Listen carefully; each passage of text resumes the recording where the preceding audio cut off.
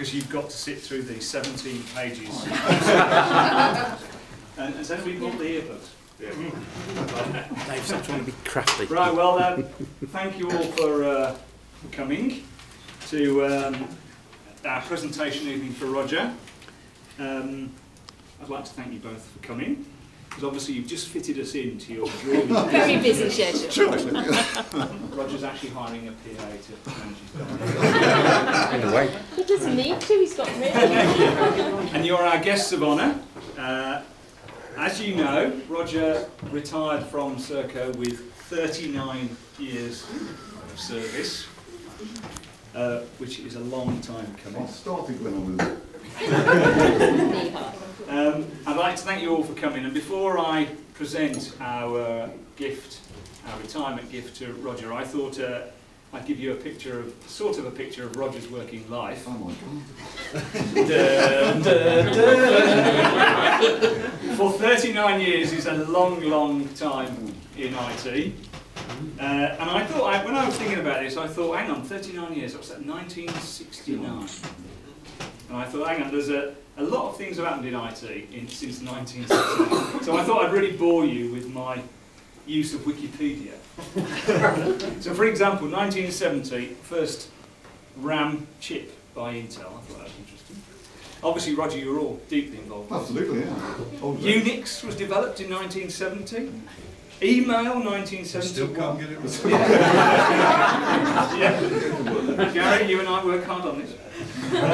First handheld scientific calculator, 1972. Ethernet, 1973. I'm not going to go every year, by the way. Shares. Have you got shares in Microsoft? 1975. Microsoft formed. Anybody remember Space Invaders? If you do, you're too bloody old. 1978.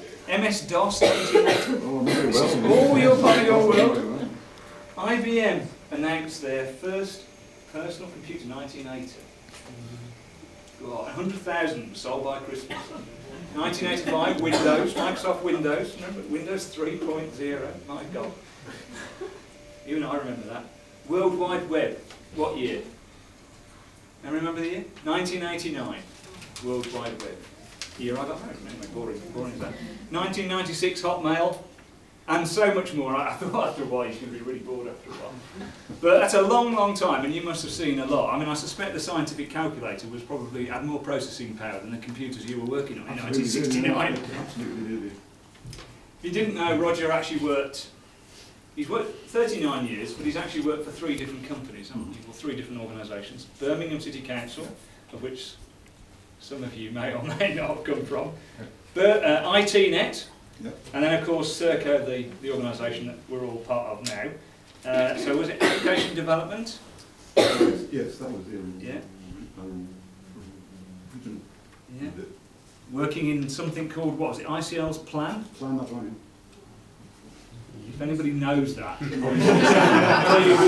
send us in a postcard. Yeah, I knew you would. Technical support manager at Birmingham City Council eventually. And database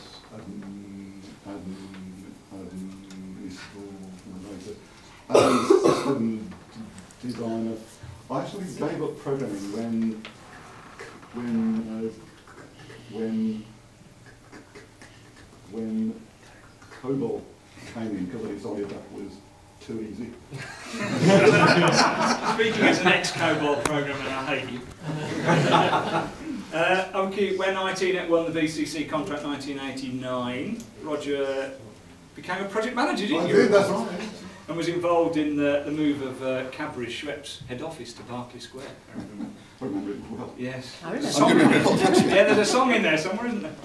He's worked in all areas of ICT, support, one point running the whole of data centre services, which is an achievement. We still do have data centre services, although we're rapidly selling it off.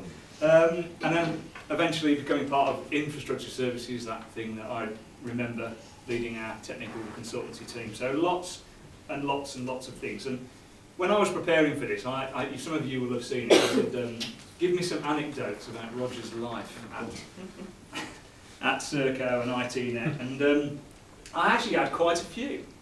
And I think some of them are even true. And obviously, many point to your abilities as a manager and your experience. So I thought, in the spirit of, and you know how I do appraisals, I thought we'd do a quick 360 on you, and using these anecdotes. So, and obviously those people who give them are here, but I won't point their names out. I've got a pretty fair idea. Now, we know that Roger's actually pretty good at presentation skills and quick thinking. Great strength. So there was a time when you were at a conference with Richard Miller, weren't you, Roger? Yes. And just before lunch, I seem to remember, and the agenda, I wasn't there actually, but thank God. But anyway, the agenda, it was all running late, wasn't it, Roger? Yeah. And Richard Miller said, "We are running a bit behind with half an hour before lunch, and next we have the very man to help us make up." And introduced Roger, obviously. 3 hours late by the time I finished. Apparently you gave a very witty reply, which is, as we would know, apparently lunch was still late, though, wasn't it? Yes, But I think very impressive presentation skills and quick thinking. Quick thinking. So what about working hard, commitment? That's a pretty good skill to have, isn't it? So imagine 24th December. Nobody's really around. People do come in, don't they? Roger's at his desk. He's the only one at his desk, with the only him and the security guard left in the building. Because you'd been working so hard, you'd forgotten everybody else. So, fantastic. A man who does a lot, who cares. Now, this other anecdote, I was trying to think, where does it fit into the Serco leadership model? And I couldn't find the one that said buttering up the CEO.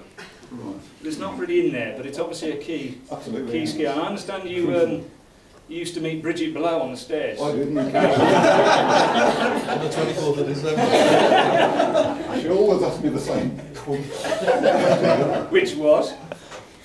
How are the... Absolutely right. I dreaded this question. Now the other thing that you've got, I think, is tact.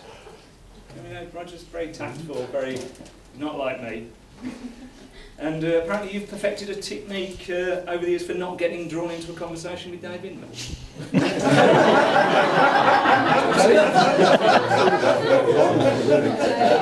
Switch off. And I also understand that you're, I don't know whether, I was trying to classify this one, I was trying to think, was it negotiation skills, or was it tact, was it quick thinking? But I understand you're a pretty good map reader, aren't you? Map reading? Yeah. Going round an island with a director of the business, and yes. You're having a conversation about which way to go. And I was trying to explain to him which way to go, and he kept saying, "What did you say?" Oh, that's right. By the time I'd said it, we got. Well, I have to say that I thought that showed a lot of tact and negotiation skills myself. Now, we all know about corporate social responsibility, and we really like to encourage everybody to do this kind of stuff. And Roger, you've taken full advantage of the extracurricular activities, haven't you? And some of you may not know this. I didn't actually know after this, and I'm not even sure which is true, but I'm sure. Apparently you've got a great selection of shirts and ties. Some even match. What's wrong with that? And you're a world-class ballroom dancer. Ballroom dancer. And I have to say, I love this one. Knows more about Wagner and Mahler than their moms. And you've got an encyclopedic knowledge of classical music. Oh, nice. Yeah. And you have the best holidays in the world, which I absolutely dead jealous about. Hello. You've come just in time. He's got a wicked sense of humour. Have you? Has he? Has he got a sense of humour? He has got a wicked sense of humour. Not Phil. Yeah. And what do you think he enjoys for lunch? What does a man with all these skills enjoy for lunch? Would you like to tell us, Roger? No, not really. Brown bread and bananas every day.